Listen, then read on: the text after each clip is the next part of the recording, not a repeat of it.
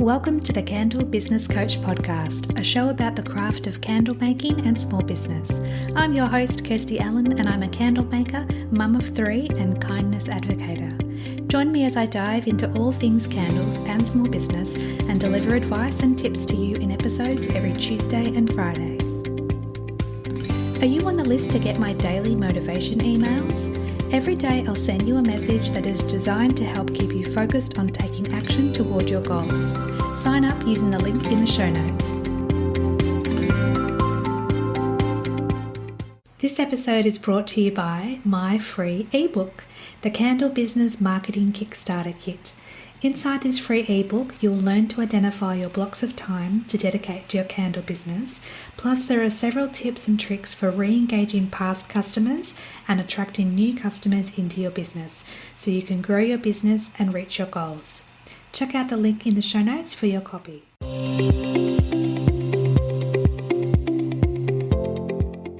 Welcome back to the podcast, my friend. Today on the show, we have the beautiful Cartier from Grace and Marie Candles for one of our candle maker conversations. So Cartier, would you love to say hello to the listeners and tell them a little bit about yourself? Hello. So I'm Cartier and I am a mum of a 14-month-old now, and I am obsessed with candles, and that's pretty much how my business started. So how did you actually get started with candle making, and when was that?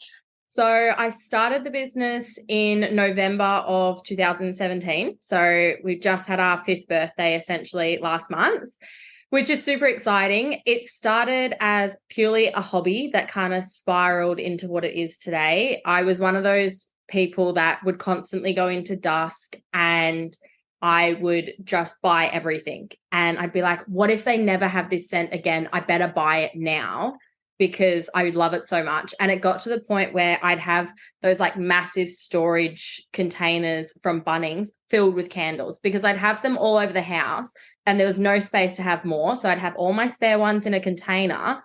And someone said to me, why don't you just make your own? And I never even thought about it. I was like, oh, is that a thing? So I did a quick little Google search of candle making kit, bought a candle making kit, put it in the cupboard, didn't touch it for months, and then thought, oh, maybe I should give this a go. And yeah, that's how it started. I love that. And I love the name of your business as well. Can you tell us where the name came from? Yeah, so it's super personal because it was something that really I started as a hobby. At the time, I was living in a share house and, starting it in November, close to Christmas time, my housemate said, oh, could you make some as gifts for us? And then I thought, okay, that's fine, but I'm going to have to put a label on it. If I put a label on it, I have to put a name. What am I going to call it? And I just kind of went, oh, Grace and Marie. Yep, we'll go with that. So Grace is my sister's middle name, which is my great-grandmother's name. And Marie is my middle name, which was my paternal grandparents' name. So, yeah, it's just a combination of my sister's middle name and my middle name. Grace is also now my daughter's middle name. So it's really close to my heart. Unfortunately, my grandparents, the Marie side, passed away a few years ago. So every time I make candles or do anything with the business, it's always like a nice little reminder of them. Yeah, I love that. I love that it's such a personal meaning to you, not just a random name that you've picked just because you like the sound of it. It actually has some personal meaning behind it as well. Yeah, absolutely. I think it confuses people though. A lot of the time they always think it's two people behind the business, obviously Grace and Marie. And I'm always like, no, it's just me. And actually my name's Cartier. It's a good story though. Yeah. So what was the process like when you first started your business? A lot of Googling, a lot of watching YouTube videos, a lot of research. I think a lot of people assume that candle making is easy. I think they just go, oh, you must just melt wax and then you put some oil in it and voila, it's done. But it's actually, there's a lot of science behind it and a lot of experimenting and also just trying to find fragrances. For example, some of the products like that I get from suppliers are not local. And so I buy them based purely on what is written on the website. And sometimes it sounds amazing. And then the fragrance comes and I'm like, that's actually disgusting. And I don't like that at all. And sometimes vice versa. Like I might go, oh, I'm not sure if I'll like that one, but I'll get it. And it comes and I'm like, oh my God, that's amazing. So Yeah, it's a lot of trial and error, lots of time as well. It's not a quick process. It can take up to an hour to make one candle because you've got to get the temperatures right and you've got to melt the wax, etc. So yeah, that's pretty much the start of it. Did you find the process overwhelming at times? Oh, absolutely. Especially when things didn't work. For example, if there was adhesion on the glass or if a candle didn't set properly, and it's always like, well, what was the reason? And that can be time consuming and frustrating as well, because, it could be one thing or it could be a mixture of things. And you've just got to kind of gradually go through and figure out, okay, what works and what doesn't. That's right. And there's so many variables at play, and you can do all the right things, but perhaps there's a bit more humidity in the room than the last batch you made. So you think, well, what have I done? Nothing's different from the last time I made candles. And yet it's a factor outside of our control that just can infuriate you when you are trying to make the perfect candle, and that you can, that you've got the skills, but there are sometimes factors outside of our control, which can be a little bit frustrating at times. Absolutely. And sometimes, they work perfectly and you're like, what did I do that time that it worked amazingly? Yes, exactly. So it's not as easy as just putting wax and fragrance oil in a jar and then calling it a day. Yeah. There's a process behind it. Yeah. So when you run your business day to day, how do you complete all the different tasks, especially being a mum of a young daughter as well? Oh gosh. I think I'd be lying if I said that I do complete everything. I'm also one of those people that remembers I've got to do something and then I kind of get sidetracked and I go, oh no, I've got to go back to that thing. So really, I have a lot of lists. I have a lot of spreadsheets. I like ticking things off and being able to physically go, right, okay, I've done that, highlight it, tick it off, scratch it off, whatever it is.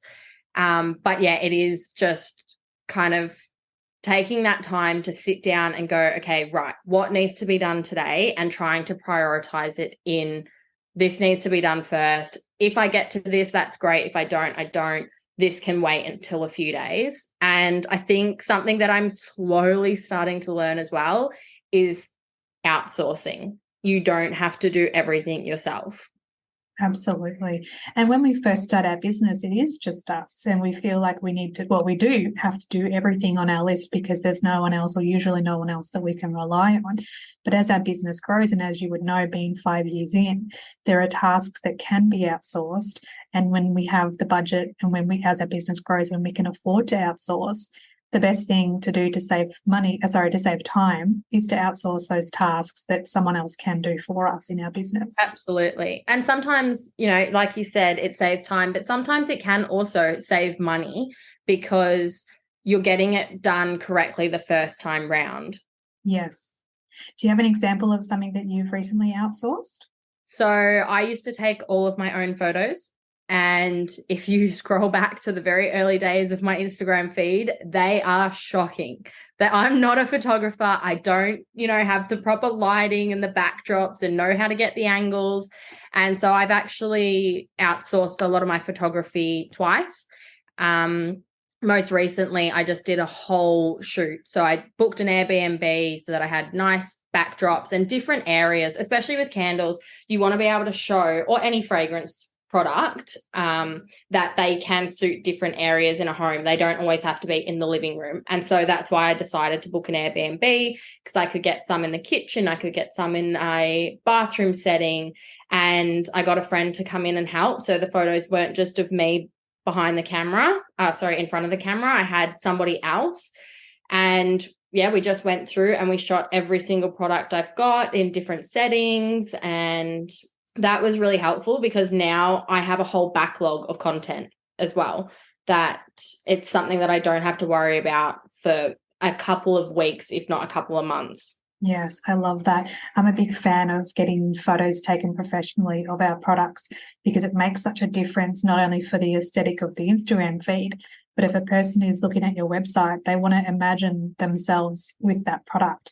Absolutely. With that candle in a home that they can feel connected to, not just a plain white backdrop, or not just something that you've got of your own kitchen if you might not have the most aesthetically pleasing kitchen, for example, or if the dishes need doing. So investing the money into having professional photography is something that a huge advocate of as well.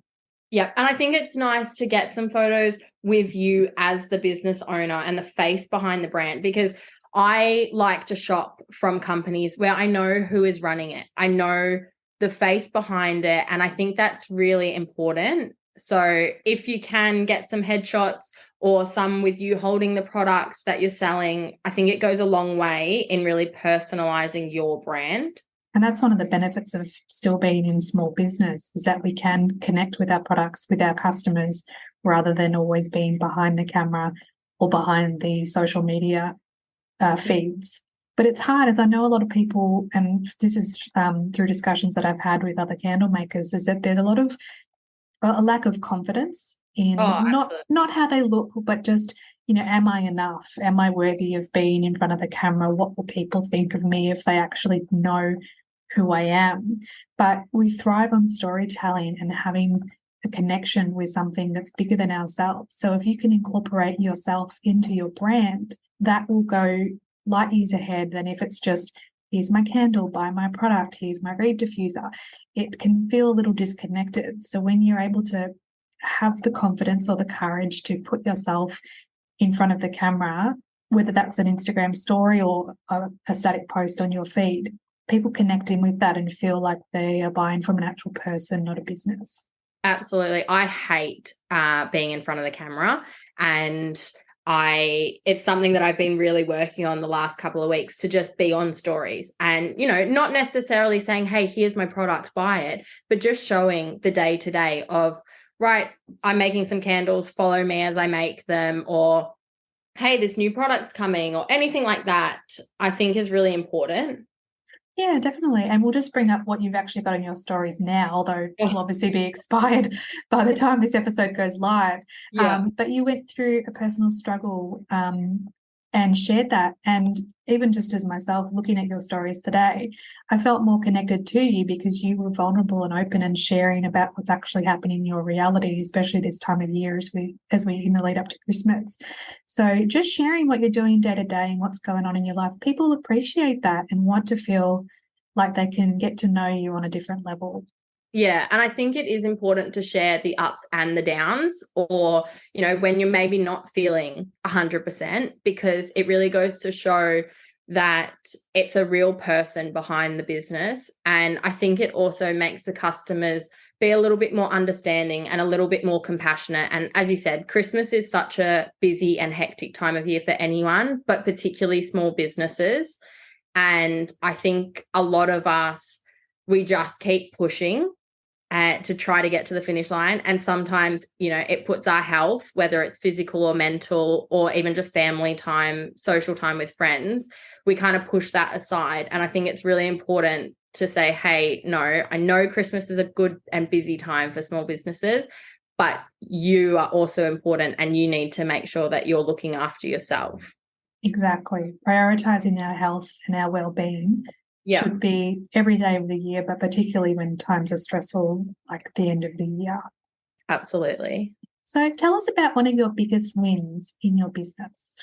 Oh, I was thinking about this a few days ago, and I'm the type of person who I kind of brush everything off. Even if it is something that is like massively big, I go, oh, yep, okay, great, but I could do better. What's bigger than that? So I suppose probably one of the biggest things that I've done this year, or in the career of the business, is I was a exhibitor at the Mind Body Spirit Festival in November, which was held at the Melbourne Convention and Exhibition Centre. It was a 3-day festival, and it is the biggest thing that I've probably ever done for the business, because I've done your little Saturday or Sunday markets, which might be 4, maybe 5 hours max. This was 3 days, 9 till 6 each day, and it was huge. It was, a really big experience. And that's probably, I reckon, the biggest thing. That's incredible. What was the journey like? Just like, how did you cope physically and mentally to do I don't 9 hours every day. It was honestly a roller coaster of, in the lead up to the actual festival, it was, oh my God, this is amazing. I can't believe I'm doing this. This is going to be great for the business, to suddenly, what am I doing? This is the worst decision ever. I should pull out. This is not okay. To back on the high of, no, this will be really good for the business. Even if I don't make sales, it's exposure. It's being somewhere where people may not know my brand.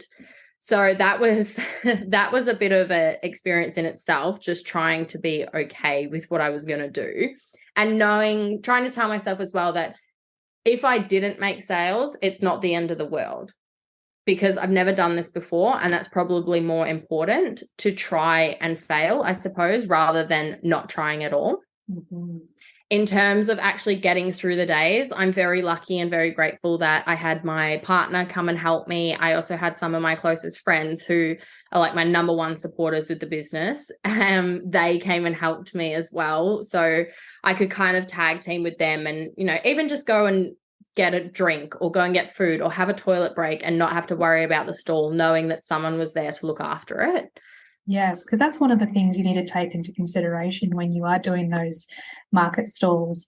If you are on your own, if you drink a lot of water in the first couple of hours, you are not going to be in a very comfortable position towards the end of the day. That said, you can always ask like your neighbouring stall holder to give you a hand, but you want to feel comfortable in doing that as well.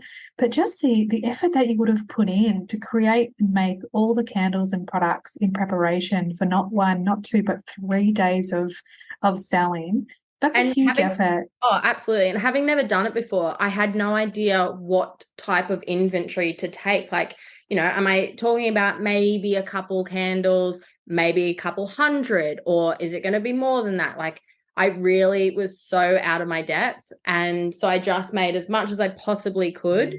And I took everything and I thought, if it comes back, it comes back. If I sell it all, then great. We'll just see how we go. Funnily enough, the product that I thought would be the sellout, I sold a couple, but they weren't the most popular product. The thing that sold the most, which shocks me every time I say it, were my car diffusers of all things. Really? Interesting. Yeah. To the point where I had people asking me like, oh, will you have more tomorrow? And I was like, I can't. Like, I'm in Melbourne. I'm actually physically based in Torquay. I get my supplies for this from Perth. Like, there's no way that I'm going to be able to have it ready for tomorrow. So, yeah, but it's also a good market experience in terms of trying to figure out what people want. So that was really, I think, a really important thing that I took away from it. Would you do it again next year? I wouldn't do that particular event again. I think it was probably a little bit too niche for what my products are. But there are some other ones that I'm looking at, and I have put applications in, and I'm just waiting to find out if I've been successful or not. Incredible. Good on you for doing something outside your comfort zone and trying something on such a big scale for the business. Thank you. Were there any challenges you faced when you first started making candles? Just not knowing what the hell I was doing, or even, the legal side of things. Obviously, a candle is fire. And if you're putting that in someone else's home, there's always that fear of what if? What if they leave it burning? What if they have it too close to something that is going to light up and their whole house burns down? That is probably my number one fear every single day with having this business. So a lot of research in terms of, okay, what do I need to do to cover myself for if that ever happens? And also just not knowing what people want. For example, there are some scents that I absolutely love, but they just don't sell well. And then vice versa, there are some that I stock that I personally don't like, but they're number one sellers. It's really hard when you have a business that is based on something that is different for everyone. Everyone has different senses, and also how my candles look. When I first started the business, they were clear jars with colored wax. For example, if I had a coconut lime scented candle, it was green. If I had a watermelon candle, it was like that pinky red. Now, that didn't suit everyone. I had a lot of comments where people said, oh, they're a bit too hippie, they're a bit too colorful. You're like, okay, well, how can I make this suit a wider audience? So in 2000 2019, I completely rebranded my business and changed the logo, changed the color scheme and everything like that. But again, I wasn't sure if that was going to work. I wasn't sure if people would take to it or if they'd go, oh, nah, I don't like this.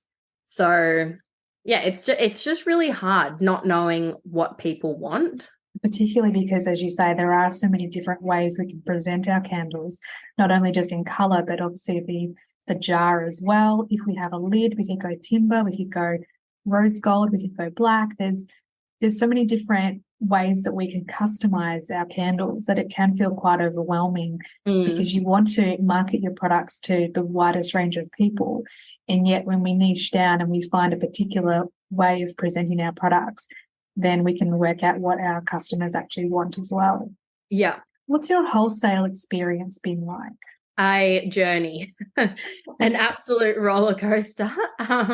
When I first started out, I didn't have them stocked anywhere. Back when they were colorful, I was purely selling them at markets. I don't think I even had a website going at that stage. And then because of the markets, I was selling through a lot of word of mouth. And then I found, okay, I do need a website, and I got that. And I kind of backed off from doing the markets because I felt like I didn't need them anymore. At that time, I wasn't really looking into any wholesale options. It wasn't until I rebranded and had the new look that I have now that I did start looking for wholesale. But in the beginning, they kind of just occurred naturally. Luckily I had a lot of people who had connections. And so that's how I got my foot in the door with quite a few of the shops in the beginning. Unfortunately, with all the lockdowns that happened, people took up hobbies, and candle making was one of them, which is absolutely great for other people. But for candle businesses that already were established, it made it a bit challenging because now the market is quite oversaturated with candles. And so it makes the wholesale journey a lot harder because I find that, I'll be in touch with a potential stockist and they'll come back to me and say, I absolutely love your products. But unfortunately, we just have too many candle brands already. Yes, I can relate to that in with my candle business as well. There you have your heart set on a particular place where you want your candles stocked, and you know that your ideal customer shops there. You reach out, you take a chance, and then the response is, we've already been approached by candle businesses, we've already got several candles in our store or in our shop. And you think, it's so frustrating at times. But I did see on your website that you've got quite a list of suppliers that you're wholesaling to now, which is amazing.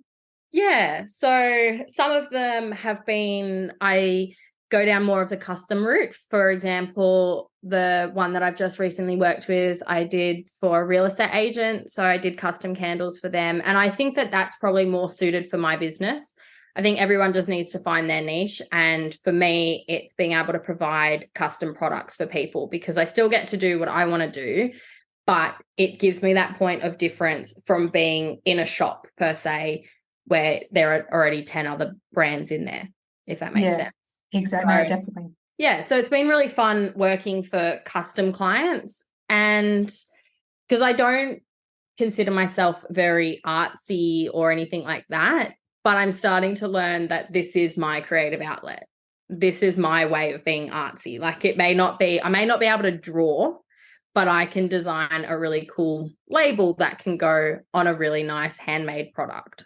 I love that. And it's so important to express our creativity regularly, if not day to day. So the fact that you've found your passion, you found something that not only is an outlet for that creativeness, but it's actually bringing money into your family as well, which I love.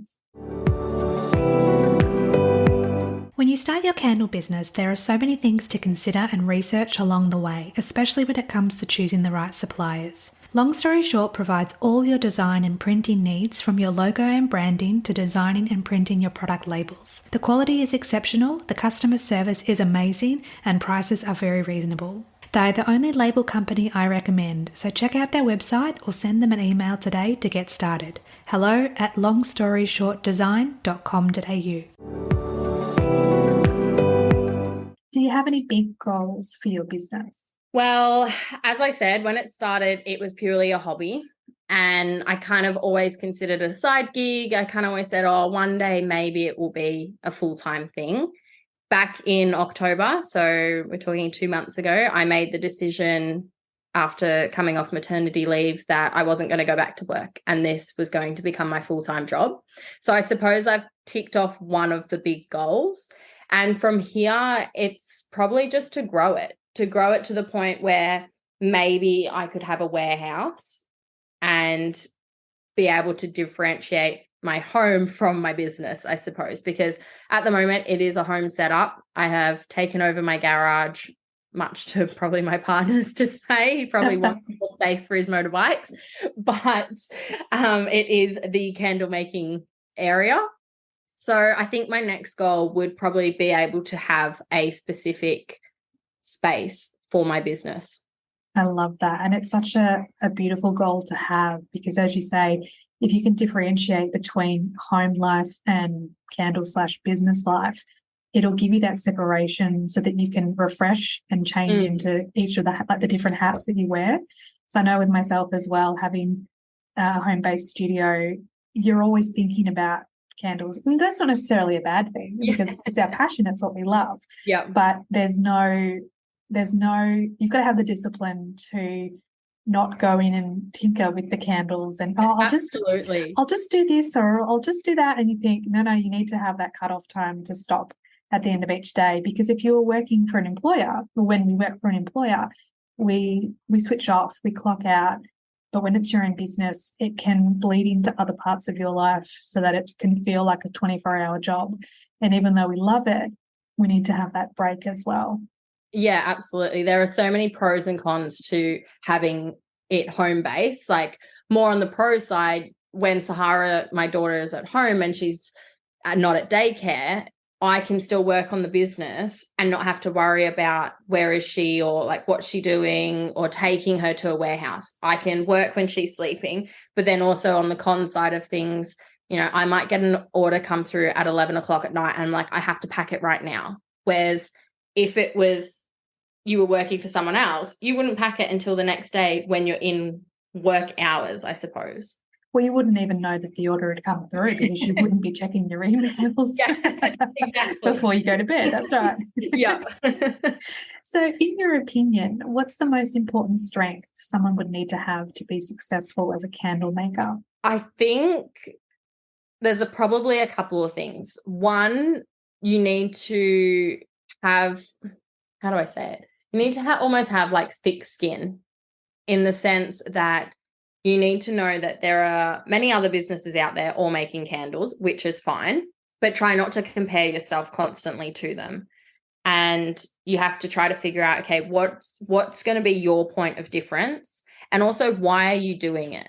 Like, are you doing it just for fun, or are you doing it because you want it to be a business and you want to make money from it? I think you need to have your head switched on in that sense where you can sit down and kind of figure out what you want to do and not make it a competition. Which is so hard to do because, as you say, there are so many candle businesses that you're competing against. And it's hard not to compare, especially like when you're on Instagram, for example, the algorithm will show you all the other candle businesses. Yep. So you feel like there's a lot more than perhaps there might be. But you can get caught in looking at their feeds and looking at all their pretty pictures and how they're promoting their products. And you think, well, I'm not doing that. Do I need to be doing that? And you have that comparison, which totally steals the joy out of actually making the candles. Yeah. And I've actually got to the point now where, aside from people that I kind of know personally or have started a relationship with, I suppose, in a business sense through social media, any other businesses that I used to follow in terms of candles, I've actually unfollowed them because it's making me feel less, but why are they doing so well? And like, why am I not? Or like in that comparative kind of mindset. Mm-hmm. And it's probably been like one of the healthiest things I've done for the business, to be able to go, it doesn't matter what they're doing. This is my business and I'm doing it how I want to do it. And my customers, if my product is right for them, well, then they'll buy it. That's right. And there's no point looking at other businesses, particularly other candle businesses, and comparing yourself, because we all start our journey at different points in our life. We've all got different skills that we bring into business. It's like, I don't know, comparing Macca's to KFC. Yeah. They're both successful in their own right. And honestly, people will buy candles from different brands. You won't necessarily have one particular customer. This does happen, but you won't always have customers that will only purchase from you because you make a certain style, you make certain fragrances. They'll, buy products from other businesses as gifts for other people. They might want a particular fragrance during a particular time of year that you might not stock. So there's enough, I guess, abundance for us all. There's enough room for us all. And by unfollowing the other businesses and just focusing on your lane, you can enjoy the process so much more. Yeah. And it's definitely like there have been times in the past few months where I've said to my partner, like, I don't want to make candles. Like, I'm so over it because I've just got so stuck in the mindset of comparing my business to somebody else's business. And the minute that I stopped doing that and I just started making the candles again with no kind of plan in place other than I'm making this candle and this is what I've got to do today, I really sat back and I enjoyed it so much more. And I felt like there wasn't that pressure of, okay, well, this is going to be a sale of this much and I've got to sell it and everything like that. It just became back to when I first started making them, like a hobby. Yeah, that's right. And I love how you brought up the mindset piece of it, because when we are in the mindset of, I'm making this candle, I've got to sell it, I need to pay my mortgage. Like when you put all that pressure on this tiny little candle, you're in an energy space or a low vibe where people can pick up on that. So then the desperation energy that you're sitting in, that flows into the post that you put out on social media. That flows into how you present yourself with your business, perhaps at a market or again on social media. So to take a step back from your thoughts and just enjoy the process and not worry about the outcome, because we can't control the outcome anyway. Just enjoy the process and then you'll be at a higher vibe, a higher energy level. Is there anything else that you'd love to share about Grace and Marie candles with the listeners? Probably that I try to make my candles more than just a candle or any of the products that I have. So, I know that my website says Grace and Marie candles, but because that's what I first started making, I have ventured out into diffusers, both reed and car, and room sprays and melts. And so there is so much more than just the candles. But in terms of the whole business, I want it to be more than just a money-making thing, which is why every couple of months I commit to donating a portion of the sales to a specific charity. I think this year I've managed to donate to 4 charities, and over the course of doing that, I've donated upwards of thousands of dollars, which I think is really important because it goes to show that you may be supporting me and my small business with your purchase, but it's actually going further and it's supporting somebody else and another charity. I love that. I love that it's about giving back to the community and helping others, not just, as you say, like just a money-making business or job. Yeah. What does your weekly routine look like as a business owner and mum? Very sporadic and all over the place. So Sahara is in daycare 2 days a week now on Tuesdays and Wednesdays. So I try to dedicate those to my business days where I need to do stuff that I wouldn't necessarily be able to do if she was around.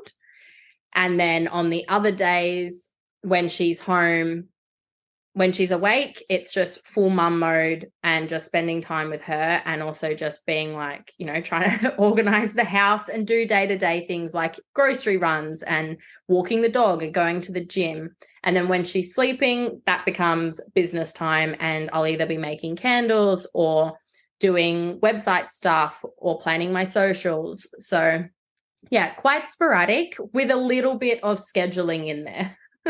Which is essential when you are a mum as well. Yeah. You've got to try and wear all the hats, do all the things. Absolutely. And fit it in as best you can. Yep. What's your favourite thing about what you do? Oh gosh, so much, I suppose. I do love the experimenting side of things. And probably one of my toxic traits is constantly buying new sample fragrances to try, to the point where I'm like, okay, I need to stop. Like my normal candle range, there are 28 fragrances that you can purchase them in, which I've been told is far too many, but it's because I just like so many different things. And I know people out there have different preferences as well. So I want to be as open and available to as many people as possible. However, that's also a really bad thing, because I know how overwhelming it can be when you have so many choices and options to choose from. But I just like, the experimenting side of things and creating stuff that I know I'm going to enjoy in my house and other people are going to enjoy. I love that. It's a good way of looking at it. What's one lesson your journey has taught you that you think everyone should learn at some point in their life? Probably to enjoy what you're doing. You know, there's always the sayings out there of, if you do what you love every day, like you won't work, which is very true, but you also need to make sure that you're not putting too much pressure on yourself, I suppose, and that you are enjoying what you're doing.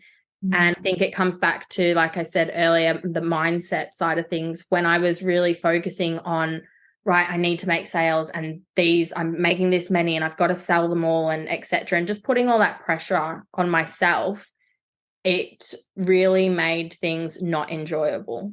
And when I take that pressure away and I go, no, I'm just going to make these candles today because I like doing it and because I find it therapeutic and it's me time, I suppose, it made things a lot better. I would definitely agree that making candles is like therapy. It's so relaxing, and it gives you time. I mean, you're still concentrating on what you're doing, because obviously there's a lot of science into it that you need to take on board and concentrate on. But once you've made, a couple of 100 batches, then you can kind of switch off a little bit and just let your mind wander and enjoy the process. Put some music on, put a podcast on, just enjoy the journey of making those candles, whether it's actually, putting the wicks in the jars or putting the labels on or pouring the wax. Just every step of the process can be so enjoyable. But if you're not enjoying it, then you need to look at why. Yep, absolutely. What gives you the motivation to keep going when things get tough? I think the fact that I made the decision to not go back to my full-time job, where I'm obviously going to have guaranteed income and, things like sick pay if I have a sick day, like I did yesterday, I don't get paid for that. Whereas if I was working a normal 9-to-5 job or an office job, I suppose you have those benefits. But on the flip side of things, me making the decision not to go back to work and making this my full-time job has given me the time to be with Sahara, especially while she's this young, and I want to spend as much time with her as possible. And I think that is something that helps me get through when I'm like, oh, this is really hard, and I probably cry about nearly every day about something to do with the business because I put that pressure on myself. But when I take the pressure off and I just sit back and I go, right, I can actually get to spend time with my daughter, which a lot of people probably don't get to do after they've had their maternity leave. They have to go back to work. But yeah, that's probably my biggest motivation, I suppose. It's so important to really take stock of what's important in life, and knowing that your daughter is a big motivator for you will help. Yeah, I want her to be able to grow up and, know that I had something that was my own and I grew it from nothing, but I still worked hard for it. But that she was also, a factor in there, that it gave me the flexibility to be home with her when I wanted to be.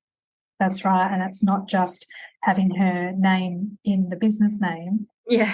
It's having that as your North Star and making sure that that's literally a guiding light when you're having struggles or challenges day to day or week to week. Yeah. Do you have any productivity hacks that you can share with us? Spreadsheets. I just love spreadsheets. I have a spreadsheet for everything in my life. And I find it really helpful being able to write things down and being able to actually physically see it, as opposed to trying to keep everything in my head. And sometimes it can get a little bit muddled or you can forget things. So if you're not doing a spreadsheet, then at least having a notebook or a piece of paper where you've got everything down, and you can get that joy out of being able to cross it off, highlight or tick when you've completed something, because I think that's important, that it gives you that little kind of prize at the end, I suppose, that when you've completed something, you get to tick it off and it makes you feel good that you've finished something. Yes, I would totally agree. My favorite app on my phone is actually my calendar. I use it as my to-do list as well. I love a calendar. Oh, so good. And it's just, like you said, it's just the best feeling when you can tick something off or delete it from the list and just think, yeah, I actually have been productive today. Absolutely. And that's the thing. I think if you've actually got it physically written down and you can see it, and, you may have only ticked off 2 things, but that's 2 things. Like, you have been productive, as opposed to having it all in your head and you may feel like, oh, I haven't done anything today. Like, what have I used my time for? That's right. Definitely need to get it out of your head and onto either paper or electronics, because if you try and keep it in your mind, it'll just keep spinning in your head and it'll stress you out even more. And like you say, you won't feel like you've achieved anything when in reality you probably have. Yeah, absolutely. How do you define success? I think if you had have asked me this a few months ago or even a couple of years ago, I probably would have said by what's in the bank account. But I think as I'm growing in the business and also just in life in general, that's changing. And I think now it comes down to happiness. What are you getting out of it? I think if you have a business and you're just making all this money, but you're not happy, are you really successful? Probably not, in my eyes at least. I think being able to create a product that you're happy with and you genuinely want to share with other people in the world, that is successful, I suppose.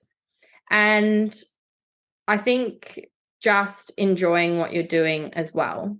Yes, I would totally agree. It's so easy to think that success is a monetary amount, but when you really, when you look back on your life, you want to look back and go, I enjoyed the journey. It was something that made me proud that I was courageous and I took those steps and I built a business from the ground up. And that, to me, I would agree, is what success is, knowing that you've enjoyed the journey along the way. And I think it's really important that you do pause at times to think, okay, where did I start and where am I now? For example, when I started Grace and Marie, I was making candles in the kitchen of a share house on the kitchen stove in a double boil, whereas now I've taken up half the garage. I have, multi-liter wax melter.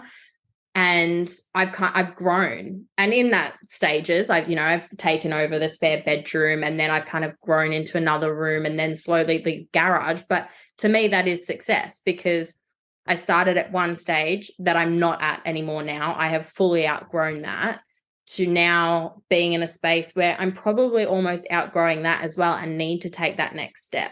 I think it's important to also see success as little things, little stepping stones, rather than just one big giant milestone, I suppose. Mm-hmm. And I think the fact that just under a month ago, I celebrated 5 years of the business, that's a massive success as well, because a lot of people probably wouldn't get to 5 years. They may only get to a year, maybe 2, and then they go, okay, move on. What's the next thing? Or, oh, that's just a side thing. Okay, I'm over it now. Whereas I kept it going for 4.5 years as a side thing before it became my full-time job. And that's another success. Absolutely. And that was through the pandemic as well, when a lot of people were starting candle businesses, like we mentioned earlier, but also having mindset struggles and thinking, I'm not going to continue this because of the pandemic. Whereas you've continued through that, and now it's your full-time gig, which is very inspirational. Thank you. So we've come to the part of the podcast interview or chat where I ask my 3 questions to all my guests. So the first question is, what is your favorite candle fragrance? I hate being asked this question because I can never give one answer. It is constantly changing. I've got mango sorbet burning throughout the house at the moment, which is probably up there in my top list of fruity fragrances. But then on the flip side, like I love lemon meringue at the moment. I love the fruitiness combined with the sweetness aspect of it. But then I'm terrible with this answer because I can never just give one. And then I also, now this is quite a controversial one, but coriander and orange zest, I think is unreal. I just think it's so crisp and clean and fruity, but I know that there is a very big coriander war out there, and people often, especially when I'm at markets, I get people to smell it first before I tell them what it is, because usually their reaction is, oh, coriander, nut, hate that. But I'm like, no, smell it because it's actually really good. I love that. And just for our US listeners, that is cilantro. Oh, yeah. Yes. Yes, but it's, coriander, cilantro. It's the herb or the herb. So number 2, what do you love about candles? I think the atmosphere that they create, you know, whether you're burning one at the end of cleaning your whole house as a little treat to yourself or a reward for doing that work, or to just set a mood. I think that they're just so versatile. I love that. And then the last question is, what is one piece of advice you'd love to give to candle makers during their journey? Stay in your own lane in terms of, you know, gain inspiration and advice from other people, but don't copy. You know, do something that is purely you without copying somebody else. That's so important. Thank you so much for being on the podcast, Cartier. I've really enjoyed our chat, and I know that the listeners will love hearing all your wisdom as well. For anyone that's wanting to reach out to you, where can we find you online? So I've got my website, which is just graceandmariecandles.com, and you can also find me on socials on Instagram. It's graceandmarie_. We've got Facebook. We're also on LinkedIn, and we're on TikTok as well. Amazing. So you're in all the places. Yeah. And I'll leave links in the show notes as well. So if people want to click through and connect with you, they can certainly do so. Awesome. Thank you so much for having me. Thanks everyone for listening today. I hope this episode added value to your candle making journey. Check out the show notes for all the links mentioned throughout today's show, and please subscribe to the podcast so you don't miss any future episodes. Thanks again for listening. Have a beautiful day.